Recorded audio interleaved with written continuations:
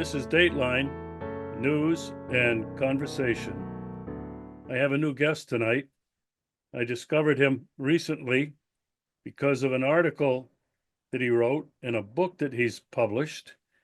I'll tell you a little bit about him. He's a native of rural Holland, and he's a trained veterinarian. But for the last 47 years, he has lived and worked in 7 countries on 4 different continents, and he's fluent in 5 languages. And he's been living for a long time now in Costa Rica with what he says is his own organic homestead. But tonight, the topic of the conversation is the topic of his book and the article, The Predators versus the People. Now, I have skirted around this topic for a number of years now, and especially with my good friend Dean Henderson. But Mees is going to shed some interesting insights on just who the predators are. So, Mees, down there in Costa Rica, welcome to the show. Thanks, Regis. My pleasure. All right, so I've been reading your book, and I've been very busy, so I haven't been able to just plow through it, but I think I'm probably maybe about a third of the way through. But your article is what really caught my attention. Now, I want you to describe for me who these predators are. You say, and I'm going to quote briefly, during their 500-year project for world domination, the Global Mafia has captured all nations through local elites. Now, Mees, first of all, who are these people, and why do you call them a global mafia? Okay. First, tell me which is the article you refer to. The predators and the people Okay, versus but the people. okay, but then I've 4 articles on my site. Is it the last one, or? I'm not sure which one it was, but Okay, no just problem. explain for me who this global mafia is, what you call them, and what has been their plan, and who are these global elite that you refer to? Okay. Well, okay. I describe a project that started about 500 years ago, but it has been longer in the making.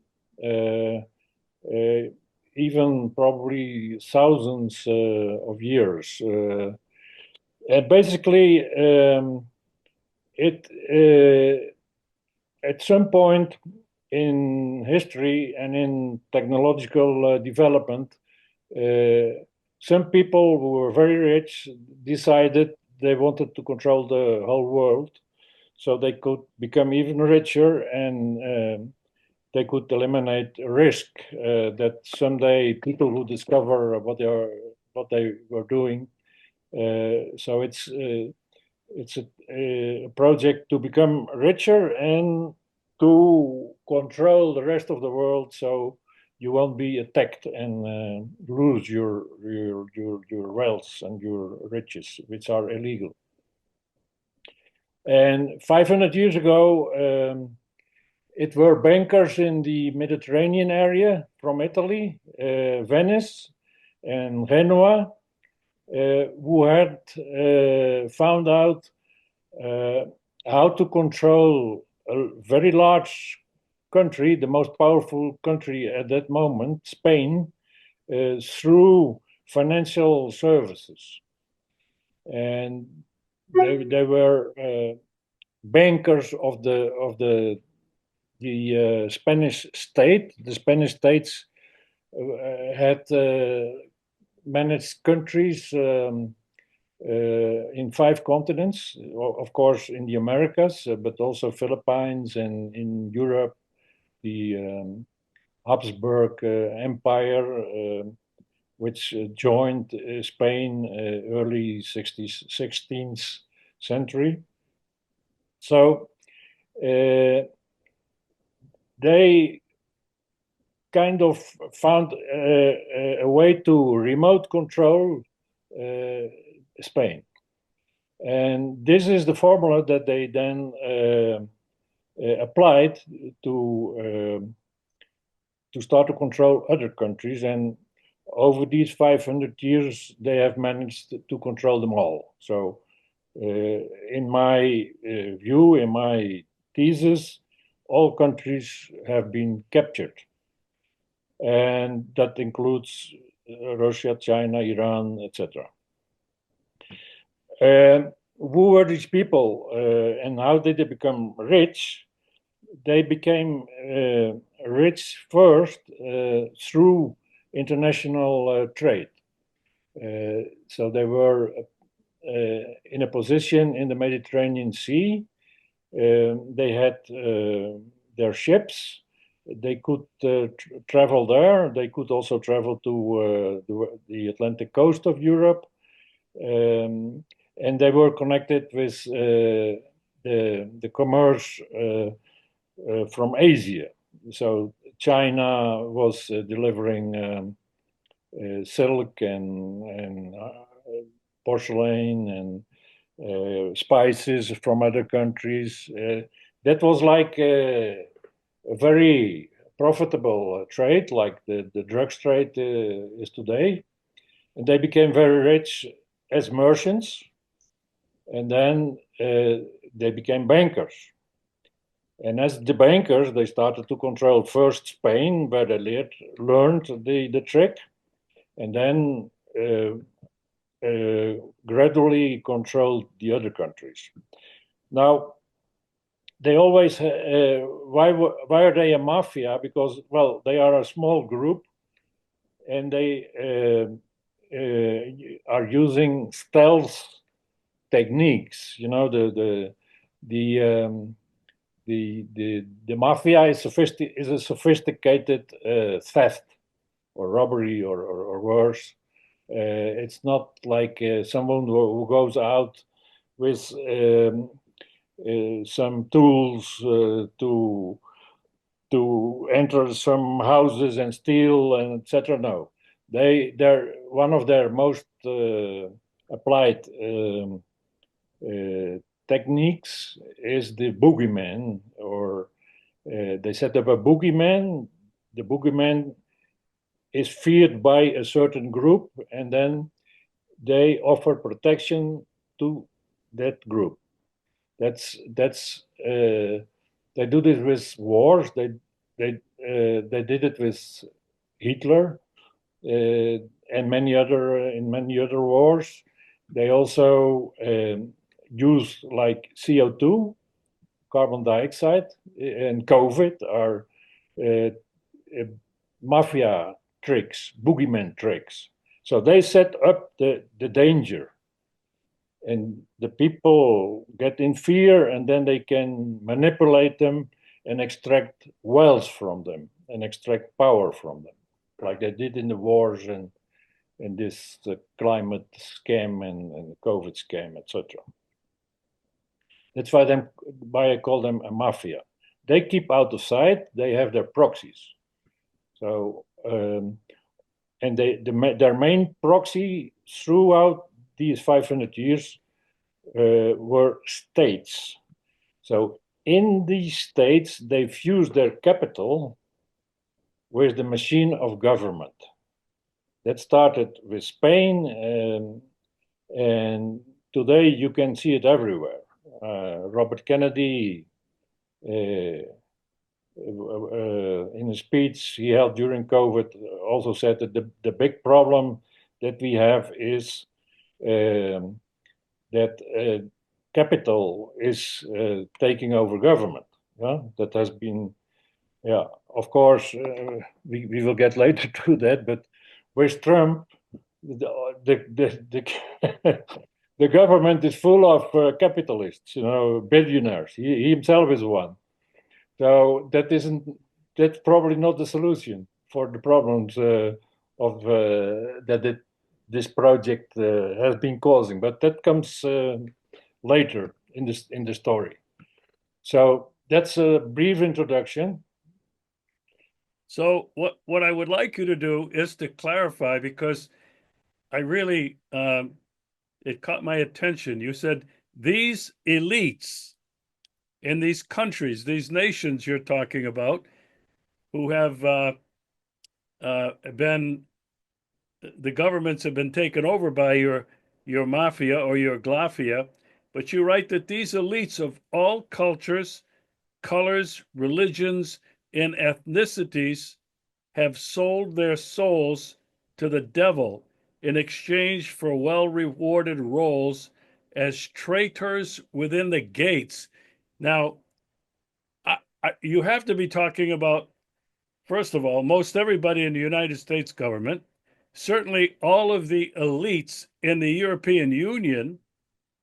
But could you talk to me a little bit more about these elites and how they've sold their souls? What did they expect to get? What is it that they traded for with this global mafia? Okay. Well, we have to distinguish two groups. So, when people talk about a world government or a project, they often say it's an elite. Yeah, I have taken out that word because elite, because it's a criminal group. So then it's a mafia, and because it's a global mafia, I have found a short word to as a denominator, Glafia. That's the core group. That's the richest families on earth. Yeah, and they work through proxies. And these proxies are everywhere, not only in the countries now, but also in the corporations and also in the think tanks, and also name it, science, the medical world. So the proxies are selling their souls to the Glafia. In exchange for what? For great wealth. So if you collaborate with them, you won't have any problems. You easily become a millionaire. Your career will soar. There are many examples of individuals. Let me take one, Obama. They made him a millionaire already before he was president. Then, of course, he got richer and richer. Even Greta Thunberg, she has also made a soaring career thanks to this Glafia. No? She's financed by, not directly, but through proxies. She's 20 now, I think, and she has amassed over $20 million, not bad.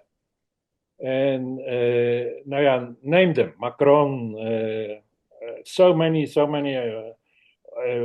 people who have incredible careers. Normally, that is caused caused by because they are on the payroll of. Yeah. And for countries, it's the same. After these bankers in the at the end of the Middle Ages, so 500 years ago, started this project, they decided to sideline Spain. They at that point in time were bankers, merchants from Venice, from Genoa, and Jews which had been thrown out of Spain. That is the three groups that went together. They pooled their capital. Yeah. and they started to finance projects which couldn't be executed without these big pools of money. It's like the discovery of the world, the colonization of the third world. That were their first projects. They wanted to control all lands in the world, all territories, and most of the territories didn't have governments or frontiers. Like Africa was just one big territory uh, without any frontiers. So they had to set up this nation state system. Yeah, so the nation state is their main proxy, and where this can lead to, we only found out, or most people only found out, with COVID. Yeah, in COVID, the myth of the state as our benefactor and our etc. was smashed for many people, because the state has been playing through the states. They have been playing like a what's called a confidence game in English, I think, with the West for hundreds of years. In the case of Holland, which was the country they choose to lead the world after Spain in the 17th century, and that was the time of the golden age of Holland. It has been 450 years under this system. And England was the next one in the 18th century, and then in the 20th century, United States. And now, in my humble opinion, the decision has been made already more than a century ago that the world leadership should go to China, again to China, because China was the world leader in production and in number of people until the early 19th century, when the Opium Wars started, and they became humiliated. So these people, they control all countries, but not directly. They control them through a hegemon. And we have seen, to recap, we have seen 4 cycles, which is Spain, Holland, England, the USA, and we are now with one foot in the 5th cycle, China, and what Trump is doing, I think, is lifting or putting the other foot also in China. He wants to. I think Marco Rubio made it very clear a few days ago that they know there is a multipolar project. That's their way of saying it, and that the United States will become more of a regional power. Okay, so Mees, let me interrupt you because I want to come to China as the 5th cycle in just a couple of minutes. I want to. You've also written that the Jews have been heavily overrepresented, both as Glafia's leaders and as proxies. There are many people today who believe that it is the Jews and through the Rothschild family that basically control all of these financial transactions. Could you talk to me a little bit about the Jews' role or non-role in this project? Yeah, well, I can certainly, but it takes a bit of time, and maybe I can add a little more to the description of what this project is, what it has done, and then we can see are you okay? Maybe Yes, sure, certainly. Go ahead. later than now, because then we are going to focus on one detail of it. So, as I said, the first globalization activities were the discovery and the colonization of the Third World. That was practically finished like a century ago, 1914, which by coincidence is also the year that the First World War went off. And that was not by coincidence. The First World War was part of a second big project that had been prepared long in advance, over 60 years, to get hold and to level out the big empires of Eurasia. So if we start in the east, you had Japan, you had China, India, and then the Austro-Hungarian Empire, and you had the French colonial empire, and the Dutch, and the Belgian, and the English. Especially these Eastern empires were not well under control, and Germany was not well under control. So I call this program the great 20th century slaughter of Eurasia. Yeah, so the colonization, the first 300, 400 years, and then last century, they took Eurasia. And they sold it as world wars and financial crises and revolutions, communist revolutions. But it comes all from the same source. And it is all a part of the global control project they have. Hitler is part of it. And in April or March, a book will come out in the United States by Trine publishers, written by Jim McGregor and John O'Dowd, about how the Americans and the British set up Hitler and Nazism, and then got away with it, and finally even came out as our liberators. Now, they were the instigators of this project. They were not, they were proxies. They did it as proxies of the Global Mafia. Yeah, it was a project of the Global Mafia. That's the thesis of my book. And now, in this century,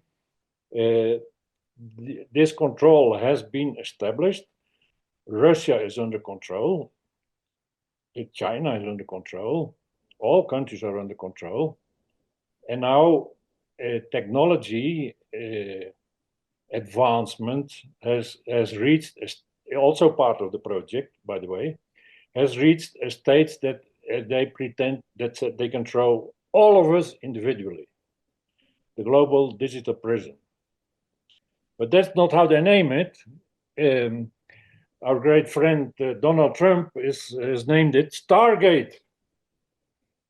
Yeah, that's the digital prison. That's all the data centers that are necessary to control us. And they just do a rebranding and call it Stargate and say your health will improve because we can now make mRNA vaccines within 48 hours, totally specified for your health, personal health. It's the lies, and the lies go on, but that's what really has happened. the Third World, Eurasia, and now in the 20th century we see that the hegemony or the world leadership is passed from the United States to China, and that what Trump is doing fits in this theory. He's retracting from abroad. He's building up Fortress America. He hopes to give it a golden age. And in the meanwhile, the big Glafia goal to control all of us individually is being pushed forward with enormous financing. Like they're talking about 500 billion for the Stargate project. Yeah. So that's in a nutshell as the way I came to see our history during the last 500 years. Well, I agree with you. You call this Glafia. That's why I was asking you about the role of the Jews, because from what I can see, it's the Rothschild family You for stop. Oh, yeah. and Okay. and so a lot of people think that it's the Jews that own capital, the Jews that own all of the banks in the United States, the Jews own the city of London and all of that money there, and everywhere else.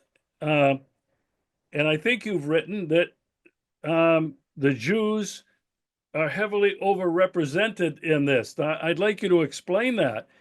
Uh, so your Glafia is not primarily Jewish. Am I correct according to your theory?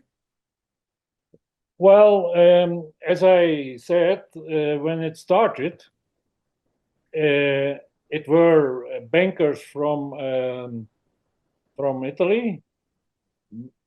Were they Jewish? I don't think so. Were they Phoenician? That's another group that was involved much earlier, before this project started, but very similar. Um, and the Jews of Spain. And indeed, many of them are Jews, and many of the Jews are in very visible positions. Yeah, and they do that because these people cannot be criticized. Immediately when they are criticized, they are called out as anti-Semite, and then most people in the world, maybe 70, 80%, if that accusation comes, will believe it, and you're out. Yeah, you're no longer part of the civilized world in the view of many people still. We just used the term anti-Semitism, which has been used by Jews, Jewish community, by rabbis to basically silence anybody who says things about the Jews, such as they are controlling the United States government, or that they're controlling the world, or that they are the perpetrators of the genocide in Palestine. Anybody that says any of that is called an anti-Semite. Tell me a little bit more about how that is used to silence any of us who try to expose the truth about what's going on in the world. Okay, as well, that's a simple trick, and they have admitted this publicly, like on Amy Goodman's show. An Israeli minister, Aloni, I think was her surname, said, well, that's just a trick. That's very successful. We use it all the time. You know, the whole participation of the Jews is a trick, and the Jews are being tricked. Now, the article to which you were probably referring is the project for world domination is not Jewish, nor is it American. No? So I will try. I need a little bit of time to explain that to the listeners. Many people think that the problem is America or the combination of America and the Jews. Yeah? That they are the problem, and if we can neutralize America and the Jews eventually through the multipolar project, all problems will be solved. Yeah, that's an idea that's quite common in the alternative circuit. But I say now, the project is Glafia. It's a global mafia that has been around for hundreds and possibly thousands of years. Yeah, and they are using the Jews, and they're also using the Americans, but they use them as disposable proxies. That America is being exposed. Is that correct? It's disposable. Yeah, it's so the decline of the United States is now easy to see. Yeah, and the decline of Israel has also set in. Yeah, so this is because the change of guard, the hegemonic cycle going from the United States to China. So in the old paradigm, if you would like to call it that, there was a logic in operating with Jews and the state of Israel. The same logic is not valid in the new paradigm under China. China wants business, China wants infrastructure, etc., etc. And I think that the Gaza resort, Riviera, etc., and we are going to own Gaza, as Trump bluntly said this last week, is a warning or a wake-up call for Israel. We are not going to continue with this same game of more bombs and more bombs and more bombs and more bombs, and you will never have enough bombs. We are tired of giving you bombs. It's our money. We are now doing it. We're doing it another way, business. Yeah, and he did it very clumsy, I suppose. And I think that Netanyahu was the way he looked while Trump was saying this was a surprise, or he was incredulity, how you call it. He was incredulous. America is not going to own Gaza, according to Israel, I suppose. But so it's a change of paradigm, yeah, and it's a wake-up call, I think, for Israel. Stop this nonsense. Let's find a workable solution so we can bring the investors of the world, especially of the Arab world, through my son-in-law Jared Kushner and me. We will, of course, get a nice commission of the project, and that's how we're going to do it. Huh? That's the way I see it. Okay. So I think a lot of people are seeing now that Trump is completely behind Israel. And people are saying, well, is it the United States that's controlling Bibi, or is it Bibi that's controlling the United States? All of the attention has been on that. Now, you talked about a different paradigm that includes Russia and China, a multipolar world, which has been um, really augmented by the development of this BRICS plus movement. Now, if I understood you, and I'm really kind of surprised, and I think I have a lot to learn from what you have researched and written, that this BRICS movement really is not a counter movement to what's been happening in the world in terms of um, these globalists, which have been taking over every empire since goodness knows when, the Middle Ages. Um, you seem to think that Russia and China in this BRICS movement are being used by the Glafia. Am I correct in understanding that? Yes. Uh, all countries in the world are being played on a chessboard, yeah, and the global chessboard. And there behind the chessboard is only one player. He plays them all. He plays white against black, black against white, etc. That's how it works.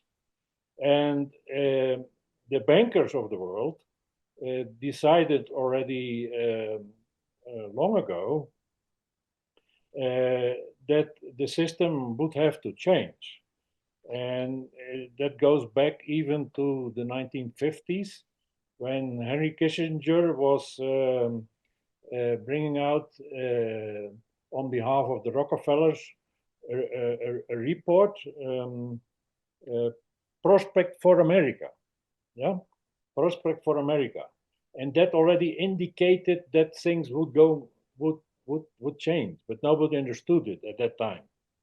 And then they started to invest in China, etc., and make it an industrial, the biggest industrial power in the world. And they outsourced everything from America to China because they knew that they could only bring China into their new world order as a leader, as a hegemon. Yeah, China with 5 times more people than the U.S. almost, and with a much higher potential for industry than the United States. Um, uh, they saw the bankers of the world saw that the how do they call it the emerging countries were now becoming much more interesting for them to invest than the old European and American countries. So the term BRICS was invented in a Jewish New York bank. I don't know which of well, doesn't matter what it comes from there. So uh, it's their plan. Yeah, you can find it in my book. Uh, you can also find it in this article how they have been planning this for 60, 70 years. And so there is no logic in if if what I say is true, that all countries have been captured, then there is of course no. Then all countries obey to the same global mafia, and a group of them is not going to break away. There's no. They all follow the same scripts. They follow Agenda 2030. They follow the COVID vaccinations and measures. They're doing it. The whole digital prison um, is set up in China first. Russia is very advanced in this also. I don't know what you have noticed on where you live, but it's everywhere. And the idea that the BRICS would be a menace to the global mafia, and that the global mafia is now severely hurt because what's happening with Trump, etc. That's nonsense, if you ask me. So, what you're really saying is that this shiny but fake multipolar brand uh, is really part of their plan. Yeah. That they see China, and you mentioned Russia just kind of like in passing, but um, I'm really surprised to hear that. I was one of those people that was kind of hoping that China and Russia together would be opposing this old paradigm. Uh, but you're indicating now that this is the fifth cycle that these globalists, the global mafia, are going through with China in the lead. Now, in your article, which is the one that I was referring to, um, it's not the Jews nor is it America. Uh, you indicated and you said a few minutes ago the decline of the United States in the West and Israel is obvious. And I would agree with that completely. I think as an American now living in Russia, as I look at what's happening in the United States, is a very rapid decline, not just economically, but socially, morally, culturally. Uh, and I see the same thing happening in Europe.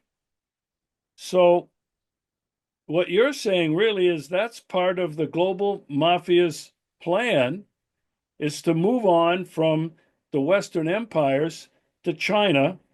And what that's going to mean is a collapse of Western economy and Western culture. Is this what you're saying, to be really clear? Yes, yes. So America will, with America's, okay, it's still a global power, but it's a global power in decline. Okay, we agree on that. And it's on its way, and you can see that in Trump's actions, to become a regional power. That means the Americas. So if America has to become a regional power, as Trump, who is a Rothschild pawn, yeah, Dean Henderson explained that very well. The Rothschild saved Trump. The Rothschild helped him out, and the Rothschild also saw his potential as a leader for for America during this difficult phase. Trump can't say this openly. He knows he must know it, but he can't say it openly because the people who elected him wouldn't understand it. He can't say, "Well, sorry, but our we we are not longer the world leader." No, he pretends he still is, and he is bullying the others. But that's a bargaining or a, how you call it, tactic or technique, I think.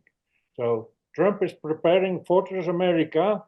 He wants to bring Greenland in because of its strategic position and because of all the rare minerals and so on.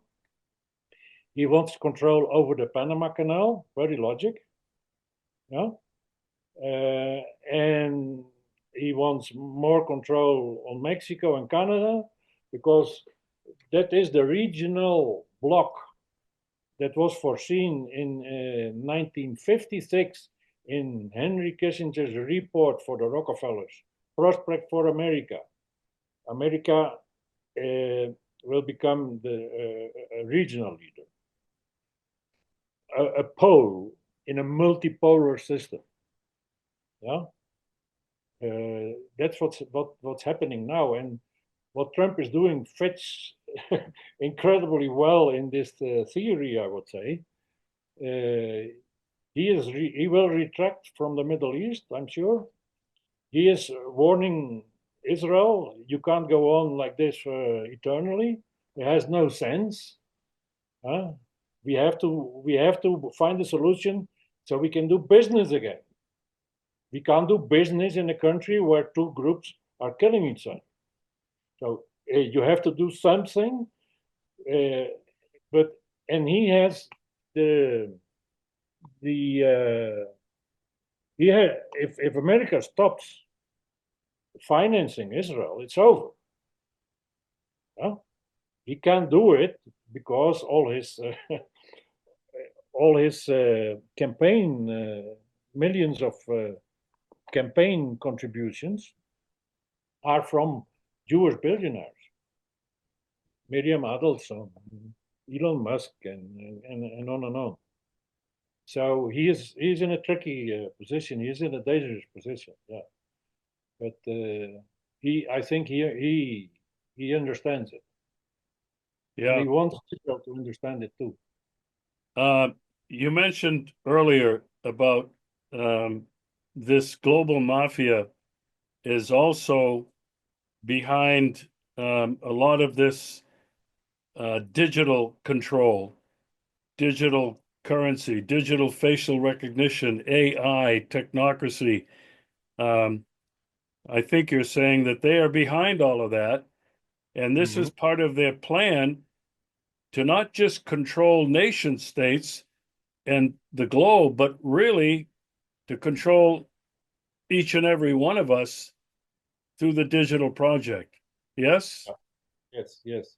So, very briefly, the two main components of that project are control over all lands, which they have, and then control over all people.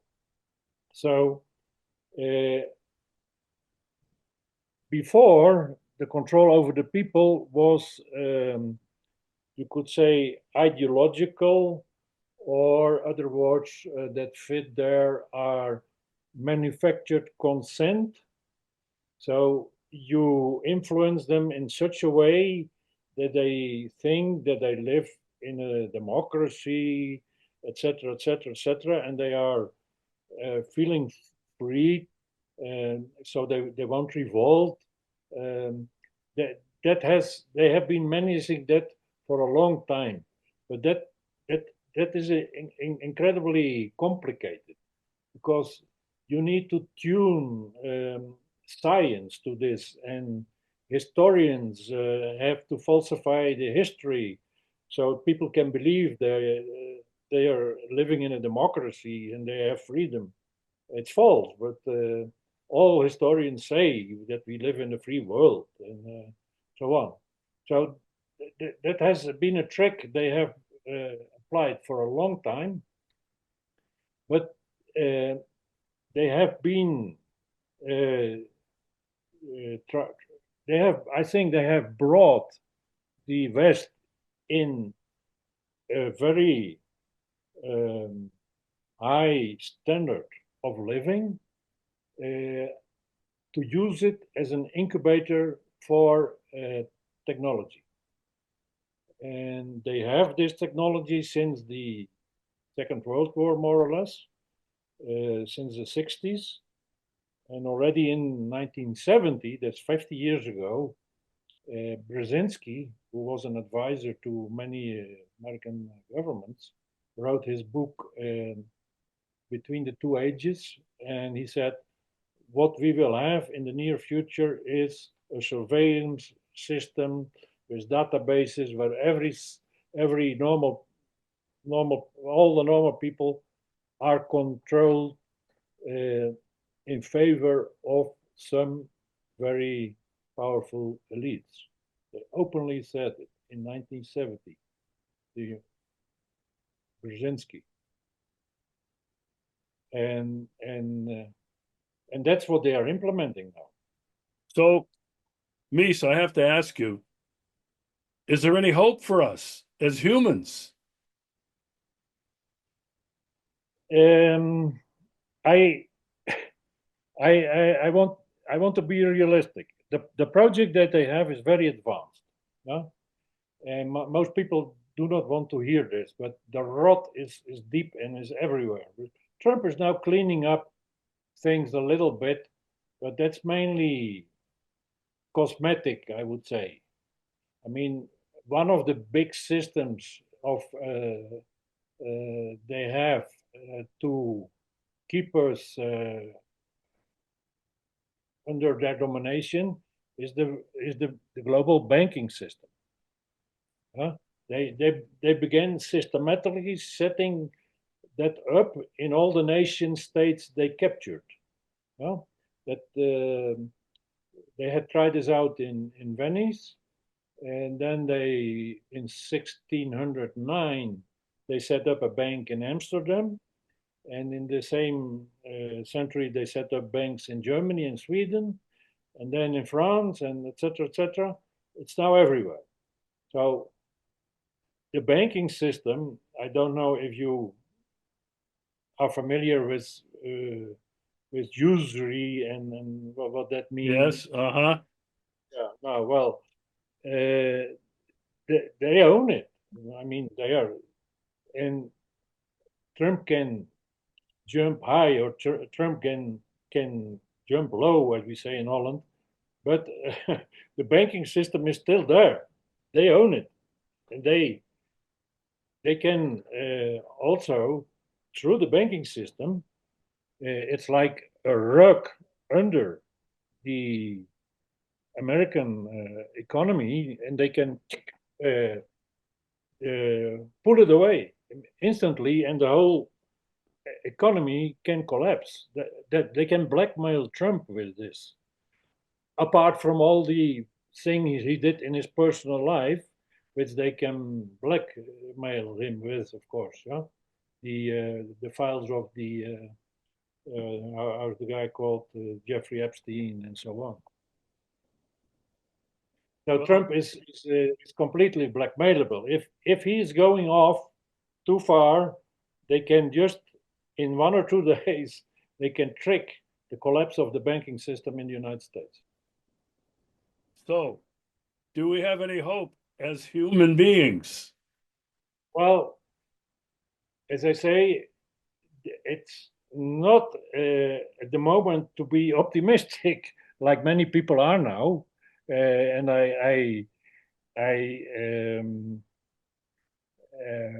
yeah, I don't like to say it, but it's very deep. It's very deep. But the only way we can get out of this is by making more and more people aware, and that's happening. That's Yeah. happening, and more people are also discovering that they are spiritual beings. That when they are connected to the universe, to say so, or God, or Tao, or how you want to, the source, or how you want to, that they can move mountains. Yeah, as the Bible says. Uh, uh, but you cannot move mountains if you are constantly distracted, if you are on drugs, if you feel bad because you're intoxicated by the food system that we have, etc., etc. That they have been trying to undermine our health and our spirit for ages with the